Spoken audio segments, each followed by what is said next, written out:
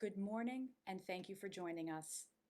I am Erin Kelly, Associate Director of Preservation, Massachusetts, and I am pleased to welcome you to Day 1 of the 2021 Mass Historic Preservation Conference. I encourage you to attend today's live sessions, browse our on-demand content, and visit our dedicated sponsors who have helped make this event possible. Today's inspiring lineup of sessions and panelists begins with our keynote presentation.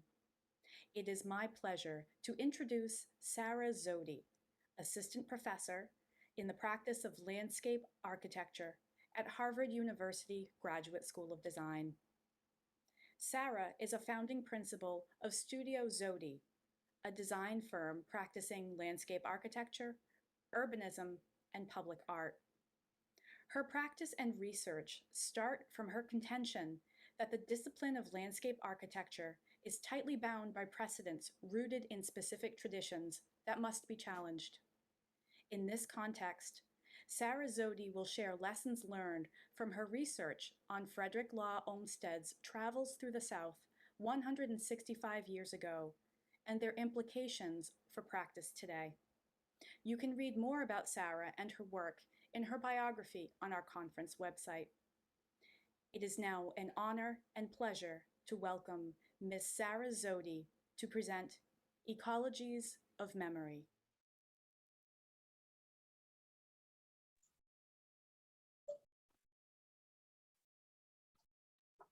Good morning, everyone. I am so honored to be here today. And I don't take it lightly to kick off your day. And so I hope to have a space of dialogue and idea generation with you all, and share a little bit about the work that I'm doing and questions and frameworks that I'm working through in my practice of landscape architecture.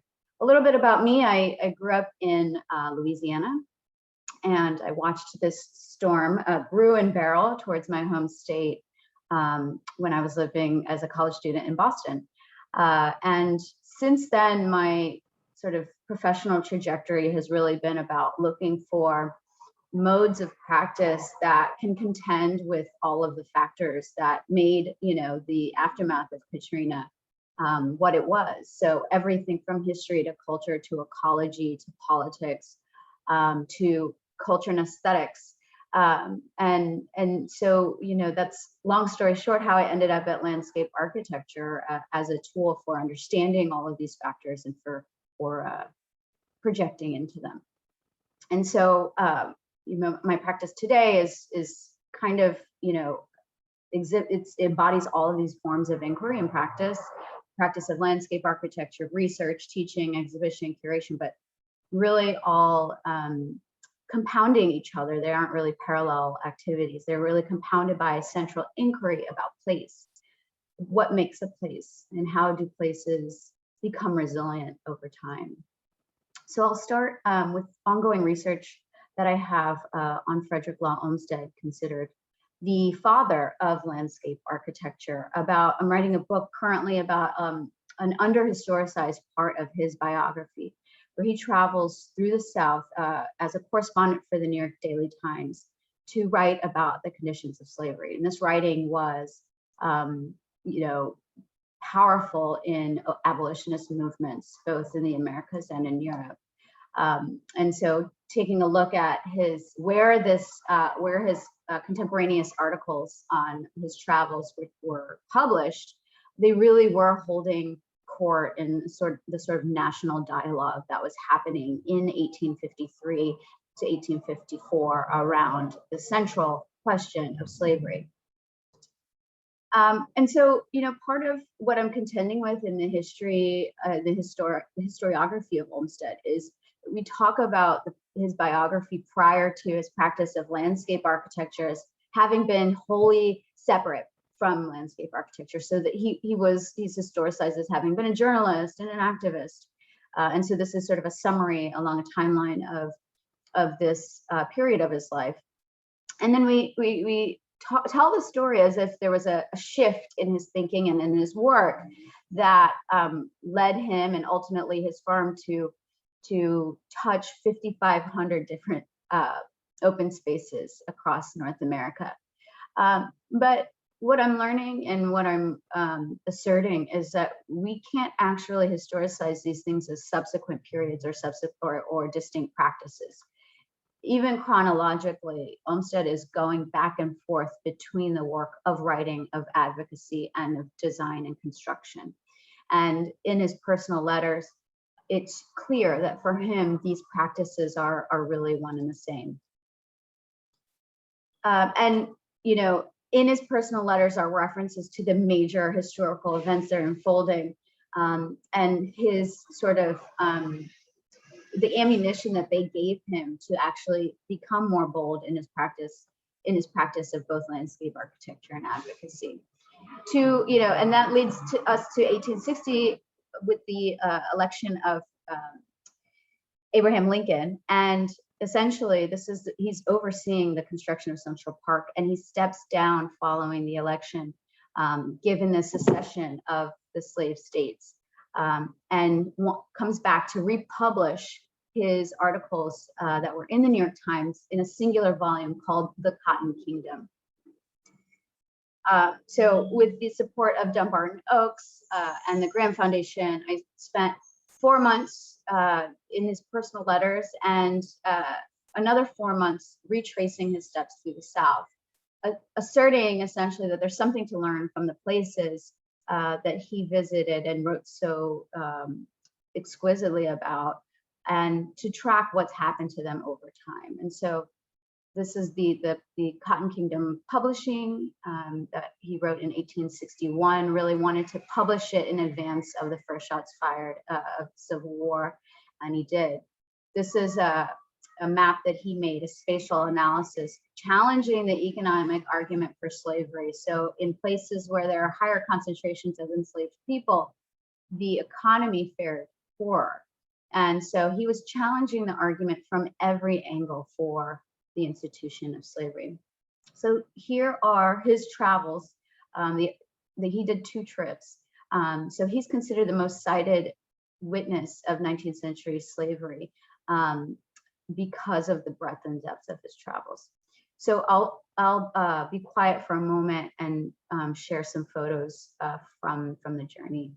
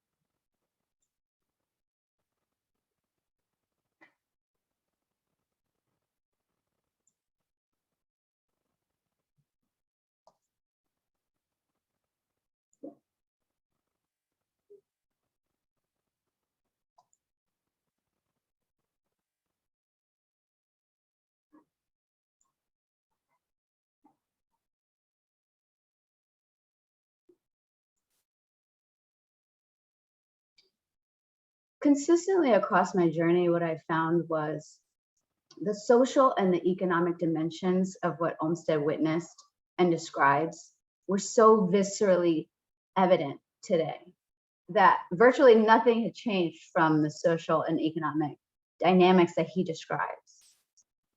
What has changed are the physical dimensions of what he sees. And, you know, whether those sites have been obscured, covered over, built on top of, in an ironic twist of fate, landscape architecture was there consistently as the tool to recast the history of these places. So for instance, the site that's on the screen now, this was following Olmsted's tracks. He describes an African burial ground, and he transcribes word for word headstones. He describes the materiality, the stone, the fencing, and is clearly taken with the significance, the sacredness of the site. Today, this site is now, in the historic core of Savannah, Georgia, and it's been renamed Whitefield Square. And there are no signs of the experience that Olmsted had, or the people burying their loved ones here. But landscape architecture has made a park over it. And so in site after site, it was clear. It put into focus the role that landscape architecture, this profession that he founded, questioning the role that we can play in either obscuring the histories of places or telling them. So we ultimately were able to track down the headstones that Olmsted transcribed on the other side of town, beneath a layer of dirt.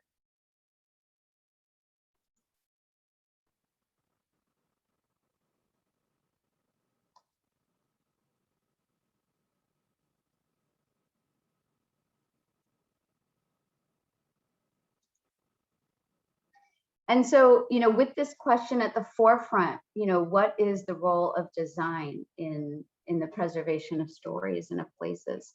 My practice of landscape architecture is really about challenging that, figuring out how do we tell these stories with the skill set that Olmsted gave us. These were stories that he thought were important to tell. And in my teaching, I've also worked with my students to explore further the history of the sites along Olmsted's travels. So I'll share a couple of student projects because they are having real world implications in the advocacy around these sites. So every year I teach this course, and I pick 10 sites along Olmsted's travels and 20 students. And so the pairs of students are each given a site, and they're asked to use the tools of visual representation to tell the story of the sites over the last 165 years. Not design them per se, but set us up for that essentially. What are the stories to tell over this period of time?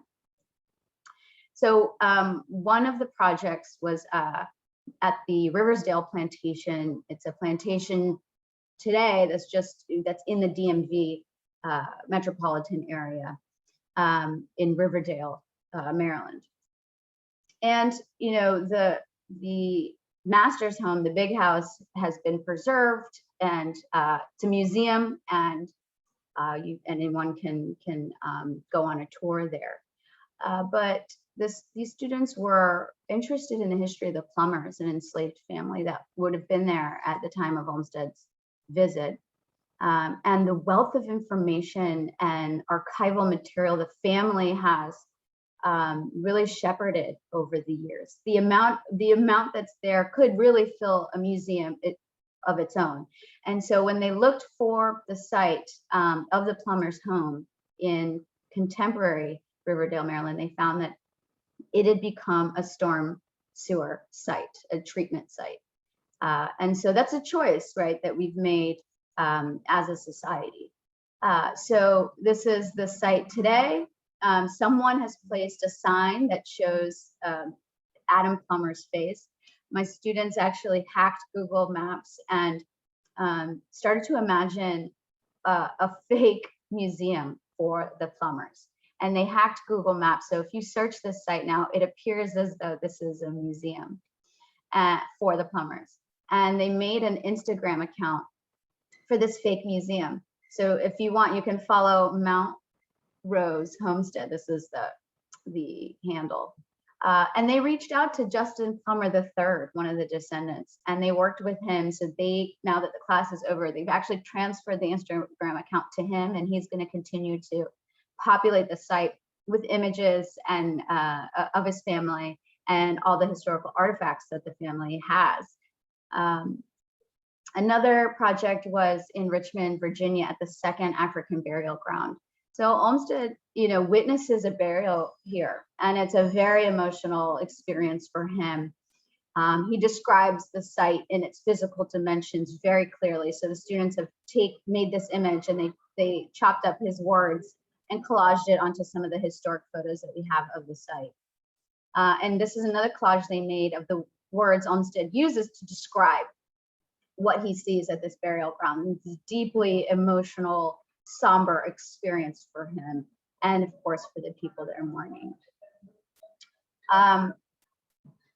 As I was looking for the site, I must have been standing here for 30 minutes before I realized this is the site. This is the site. This is the crumbling terrace. The hill slopes that he describes is now an underpass and an abandoned mechanic parking lot. Across the street from a white and a Jewish cemetery that have been very well preserved. And so the students actually they reached out to some activists who have been working to try to, the Virginia Department of Transportation actually is trying to expand this freeway. And so the students have been working with activists who are challenging the plans to expand the freeway, but also working to commemorate it. So I'll share one of the animations that they made, which has been useful for advocacy.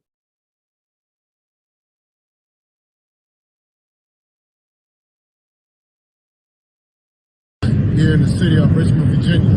I'm at Shockoe Hill on the north side of Richmond, across from the Shockoe Cemetery and the historic Hebrew Cemetery.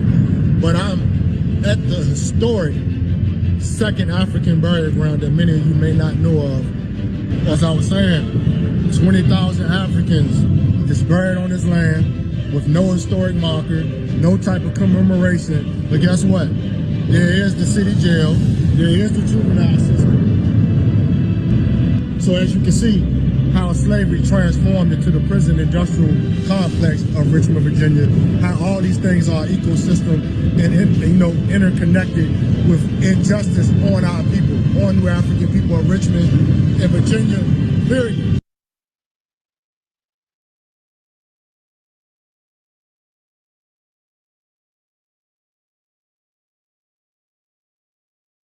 Just realized I was muted. These struggles that Olmsted is describing, we very much live in Cotton Kingdom now, and it's been energizing to be able to use Olmsted as sort of a rallying tool. People care that Olmsted came.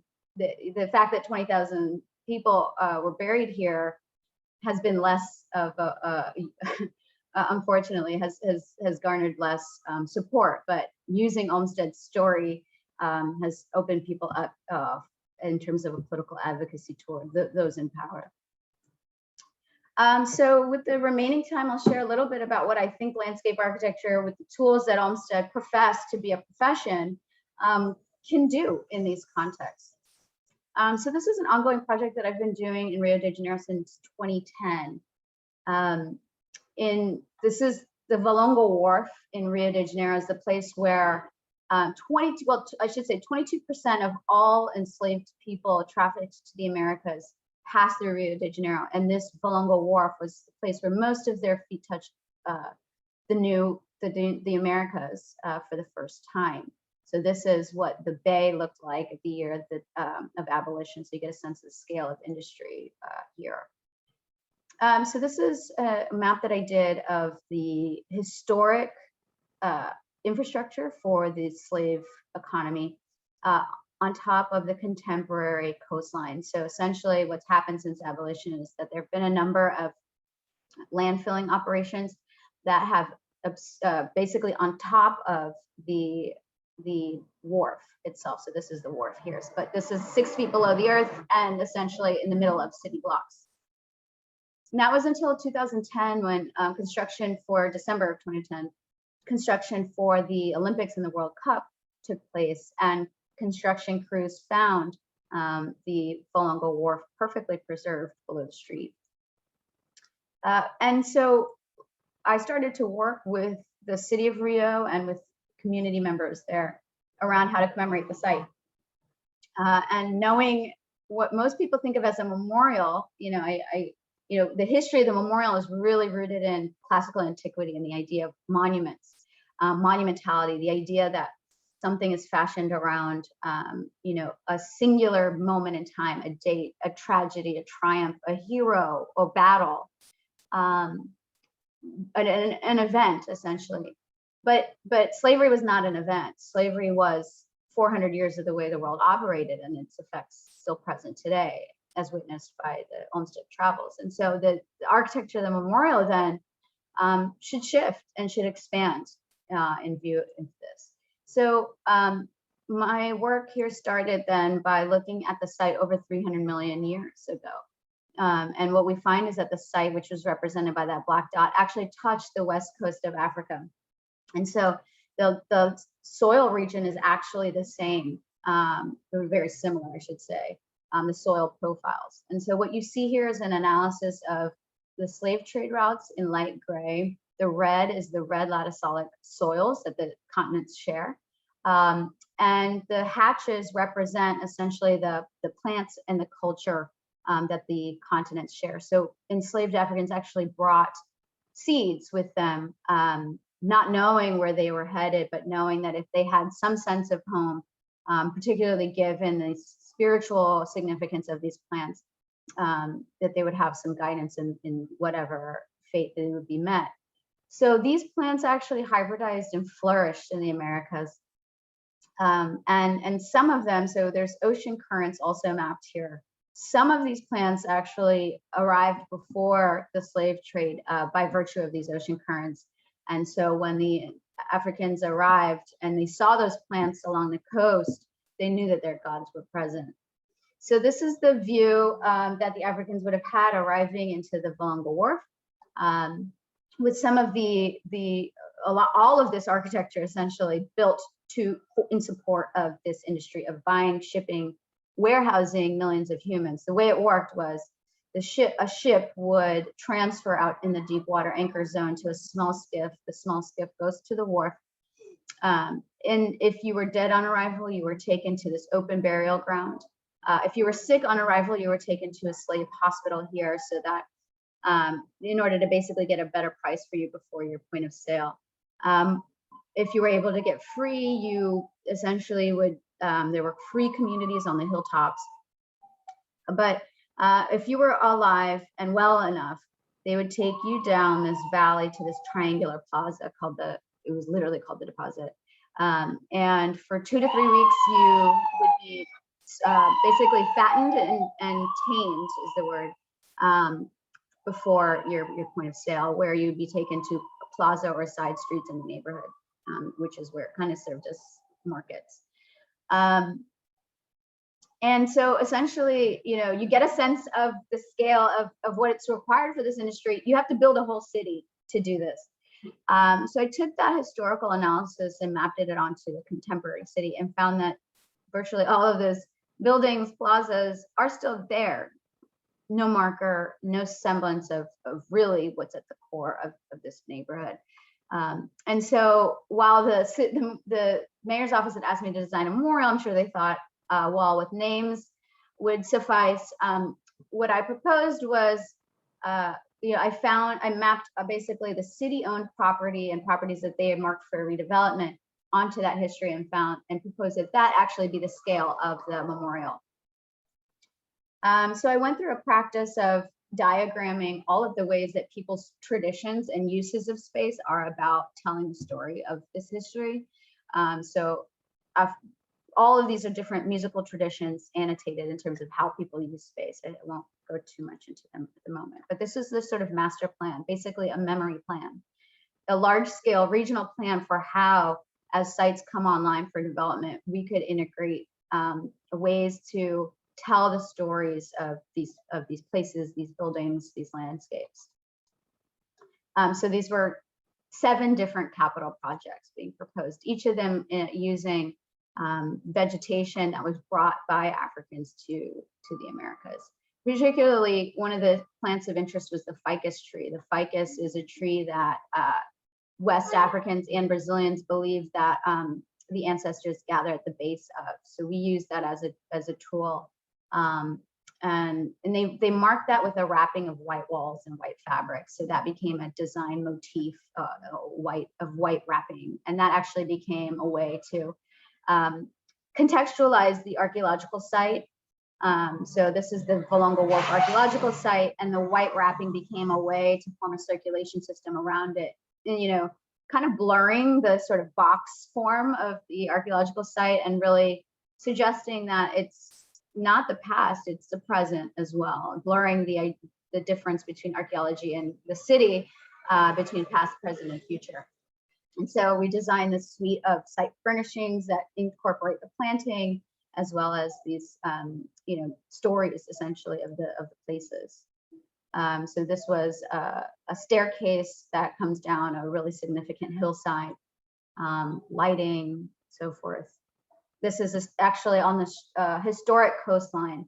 The city was really interested in being able to express the fact that the coastline was further in. And so we designed a paving pattern and lighting that like a zipper to tell the story that this street not only touched water 150 years ago, but it touched Africa 150 million years ago. And this was the kind of zipper. So again, the vegetation helps us tell that story as well.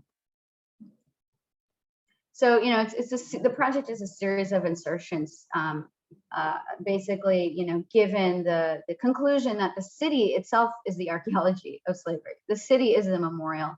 And so landscape can help us to express, the stories around these places. This is another project, a small project, actually. Why don't I take this one? I'd like to make sure we have enough time for Q&A.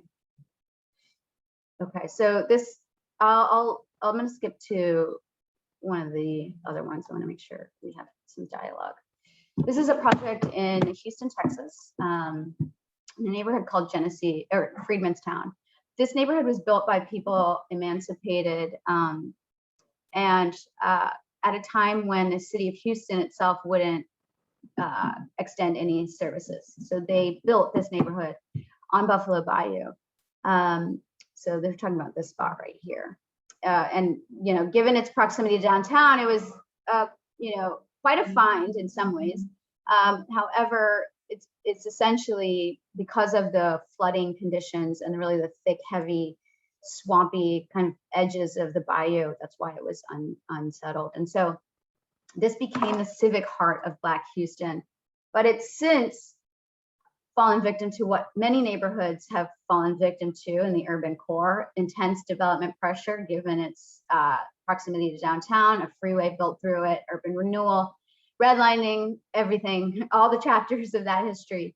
But I was working for a landscape architecture firm that was commissioned by a civil engineering firm that needed to upgrade the sewer system on Genesee Street. So on the left, you see the kind of historic grid of the architecture, and on the right, the kind of scale of urban renewal that peppers this neighborhood.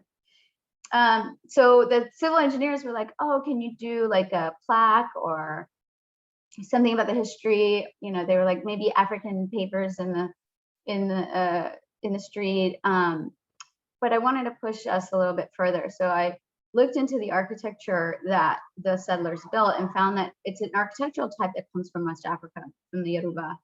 And when the Yoruba were enslaved, they brought it to Haiti.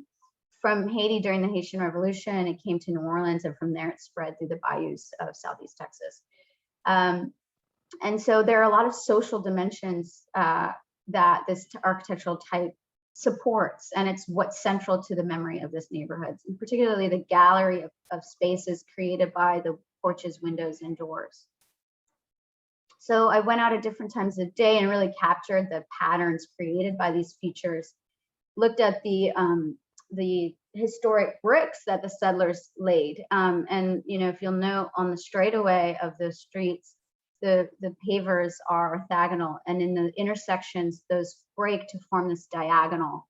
And the elders in the neighborhood tell it that the settlers did this to mark the intersections as spaces of ritual, and that this was a practice brought from West Africa. And so in the streetscape design, I proposed concentrating the salvageable bricks into the intersections to, again, elevate the intersection as spaces of ritual. And where the school needed a site wall instead of just a wall, I proposed these kind of pattern of concrete panels. The sort of simple nature of the color and the material are both responsive to the budget, but also speaking to the humility of the original structures themselves. So I modeled, for instance, the patterns created by these cutout windows and doors, and proposed that the concrete actually be formed with wood panels from the historic structures as they continue to come down, so that the panels are really grains of those structures. And so it's no longer just a plaque, but it's a way to actually engage in the kinds of social interactions that the neighborhood has borne witness to over time. So instead of benches, the porches themselves become the public offering. So taking every element of a traditional streetscape and saying, here's a streetscape, it's integrated in this history and story. So the plant palette was all about the bayou banks, and also, serving to offer shade in the hot Houston heat. And for me, this is telling, this isn't somewhat in dialogue with Olmsted's question of what can landscape architecture do to tell the stories that he wanted to tell about this country. So I have one more project, but I have a video that'll tell the story for me. So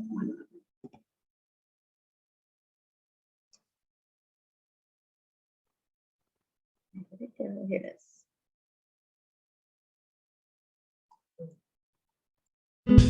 Philadelphia has long been a beacon of Black self-determination. As early as the 18th century, Black Philadelphians built their own institutions, businesses, churches, schools, and robust communities. Among them was Mother Bethel, founded in 1794 by Reverend Richard Allen, near the corner of 6th and Lombard Streets. Many settled in the vicinity, forming a free Black community in the neighborhood of Southwark. Bishop Allen believed one of the church's fundamental duties was to provide proper burials for Black residents of Southwark, as they were denied interment within city limits. And in 1810, Mother Bethel purchased land near the corner of Queen and Lawrence Streets. In 1889, the city purchased this same land and turned it into a playground. Since then, 3,000 to 5,000 souls have remained buried underneath, with no marker. These were everyday people of modest means, but they are the founding members of the city's seminal free Black community of the 18th century and the ancestors of those who have carried on in the struggle since. The Bethel Burying Ground Memorial Project offers an opportunity to commemorate their lives and tell the story of Black self-determination in Philadelphia. Our team's proposal speaks to this legacy in 3 key ways. 1, the dignity of enclosure. Bishop Allen made several attempts to build an enclosure to protect the site from desecration. Our design begins where Bishop Allen's efforts left off, creating a new planted hedge and the preservation of the mature trees that border the space. 2, water as a unifying force. Today, the playground carries the joys of living children among us. Below, an estimated 2/3 of the souls buried are children. In many Black theological traditions, water represents the unifying force between the living and the dead. Our design features a layer of water encircling the commemorative plaza. The water's reflection creates the perception of seeing into the earth, but instead you are met with your own reflection. Water's playful dimension will attract children, bringing together the ancestors below with the future ancestors above. The plaza in the center can be used for gathering, ritual, and everyday life. When the mist rises from the water, a slower, more contemplative environment is created. 3, consecrated ground. The consecrated ground peels up to form a large, welcoming bench, orienting views and encouraging all to dwell here. Inscriptions tell the stories of the souls resting here and of Black Philadelphia. Oriented east to west like the graves, recalling the community care embodied in this ground and inspiring the future ancestors that walk on it today.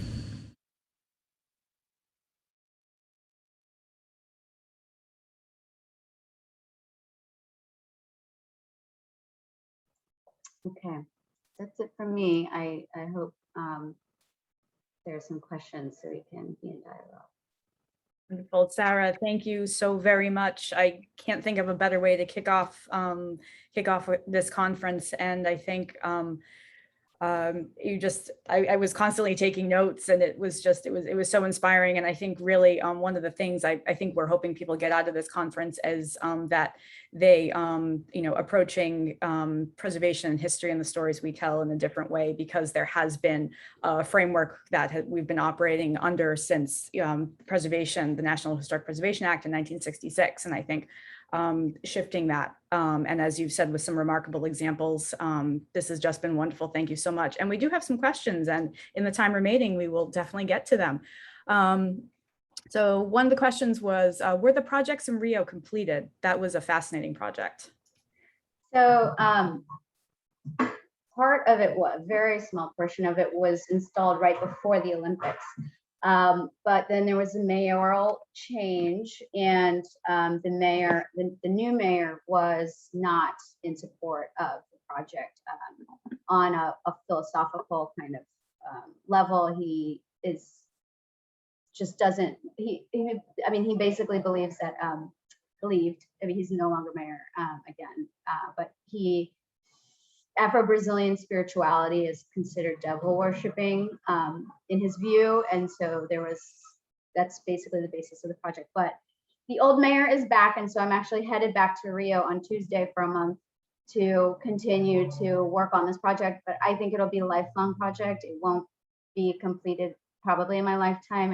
And so I just continue to work with activists on piece by piece, small wins, and we'll pass on the baton. I'm sure it'll keep going after. Wonderful. We have a very question I was thinking of as well. How do you navigate conversations with preservationists who may not see the same value in understanding the hidden histories of a place deemed worthy of preservation? This is a very good question. I wish I had the answer. When I knowing what the point of historic preservation is, one would imagine that these stories are just as worthy of telling as any other story. And so when that's in conflict with the mission of historic preservation, and people don't see that as being in conflict or being, they don't see that as part of the scope. I mean, there's logically, it doesn't really make sense. But what I try to just look for places where there are synergies, and I don't try to fight them where they're not. And so again, it's small wins. I try not to get kind of taken aback. I grew up in the South. Every small win, I'm like, I'm so thrilled to see any progress. I'm jaded myself, so I don't expect much, let's say, from people. I just look for small wins. Agreed. I think we're all, there is no easy answer, and I think we're all still trying to grapple with, but you're right, look for the small wins, and it's something, I think it's a conversation. It's something that, like you said, it's not going to be answered or achieved in our lifetimes, and we're going to have to pass the baton. Probably we'll take one last question. Did Olmsted, in your knowledge, did you know if he investigated any indigenous peoples' landscapes? I think especially that's very applicable up here in Massachusetts, especially. So it's one of the contentions I have with Olmsted. It's not a good relationship. He doesn't write about them favorably at all. And yeah, that as well as the way he writes about women, there are some major, he's not kind of like a pure idol in any way. There's some serious issues that I'm working to kind of contend with in the book that I'm writing, and that being one of them, indeed. One of them. Are you participating in any of the commemorations for Olmsted's 200th birthday in 2022? Yeah, I'm on the National Organizing Committee, and I'm involved in a lot of them. And particularly the one that'll take place at Harvard in the fall of 2022. But yeah, big year, I'm excited. Yeah, big year next year. And someone asked if they could find the video about the Philadelphia, if that was available somewhere online or via a link. Even if we could get it from you, we could post it on the website afterwards. I think some people were interested in that as well. Okay, yeah, it is online, and I'm happy to share it to you, Erin, and Wonderful. Great. We can put that on the website. So, well, we've been getting, I see the chat, and I know we've been getting emails that this was such a wonderful presentation and really made, I think, really inspiring, but also really making us think, and a fantastic way to kick off our conference. So, Professor Zewde, thank you so much for participating and sharing your insight with us. I think there's probably going to be a run on people trying to get this Olmsted book. Thank you so much for just inspiring all of us and really helping us to think a little more critically about our role of preservation and the stories that the stories that we do tell and the ones that have been obscured. So thank you so very much. Thank you all for participating. We hope you enjoy the conference and have a wonderful day. Thank you so much.